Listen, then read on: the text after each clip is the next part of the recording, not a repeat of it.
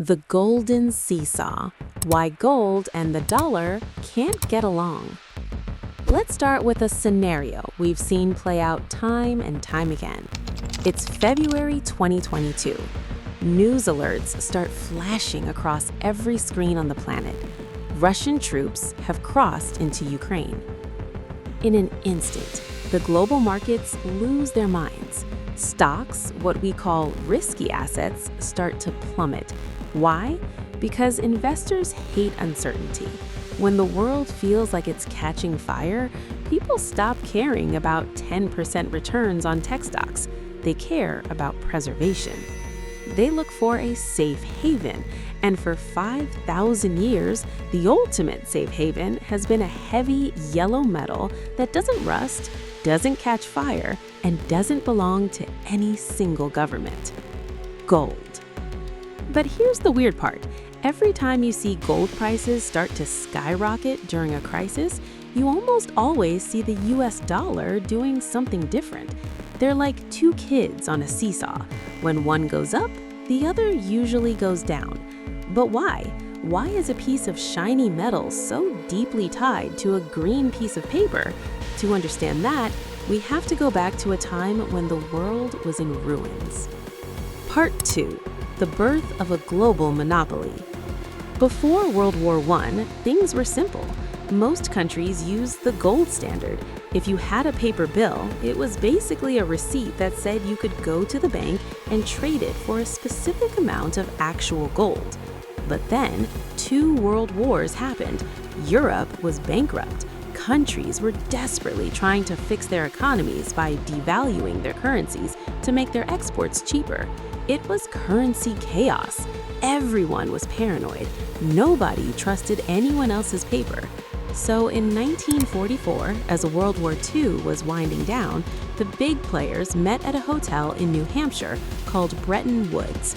You had the US President, Franklin D. Roosevelt, and the British representative, Winston Churchill, trying to figure out how to stop the world economy from collapsing again. They came up with a bold, somewhat controversial plan. The world would stop tying every currency to gold. Instead, every country would tie their currency to the US dollar. And the US dollar? It would be the only currency tied to gold at a fixed rate of $35 per ounce. This made the US dollar the middleman for the entire planet. If you wanted gold, you had to have dollars. This is the moment the dollar became the world's reserve currency. Even though that system eventually collapsed in the 1970s, the DNA of that relationship is still there. To this day, the world's central banks still keep massive piles of gold in their basements as a backup for the dollars they hold. Part 3. The math of the inverse relationship. So let's get into the why. Why does gold go up when the dollar goes down? Think of it this way. Gold is a global commodity, but it is priced in US dollars. Imagine you are an investor in Europe holding euros. If the US dollar weakens, meaning it loses value compared to your euro, suddenly that gold, which is priced in dollars, looks cheaper to you. You can buy more gold with the same amount of euros. This creates buying pressure.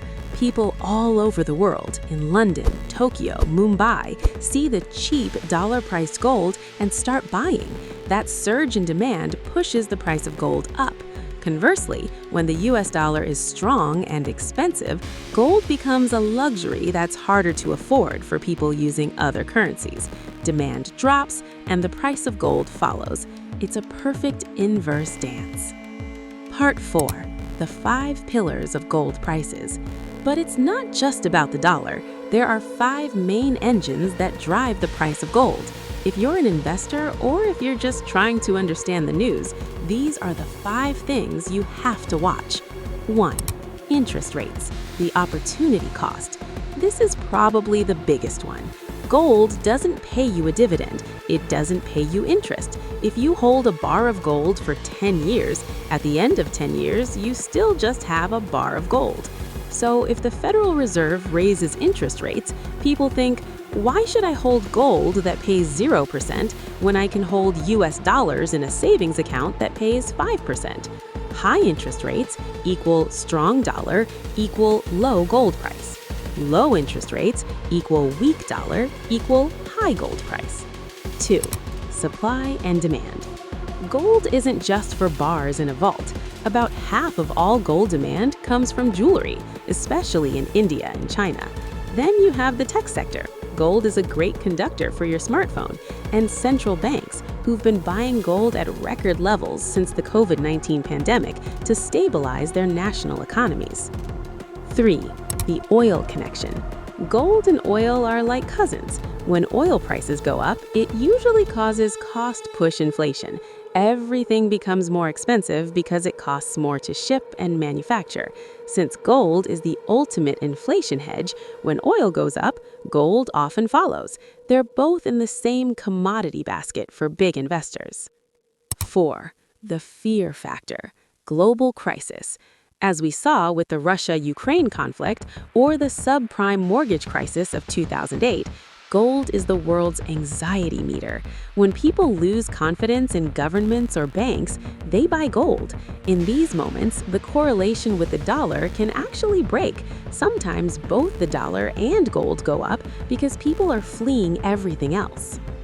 5. Inflation, the value protector. If you have $100 in the bank and inflation is 10%, your $100 is now only worth $90 in buying power. But gold has historically held its real value. If an ounce of gold bought you a high-quality suit in 1920, it will probably still buy you a high-quality suit today. When inflation starts to eat the dollar, investors run to gold to freeze their wealth in time.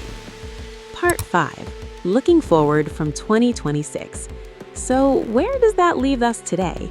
Even now, in 2026, as we move more toward digital currencies and a multipolar world, gold remains the anchor. Central banks aren't letting go of it.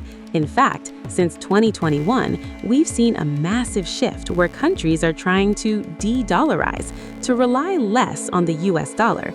And what are they replacing it with? You guessed it, gold.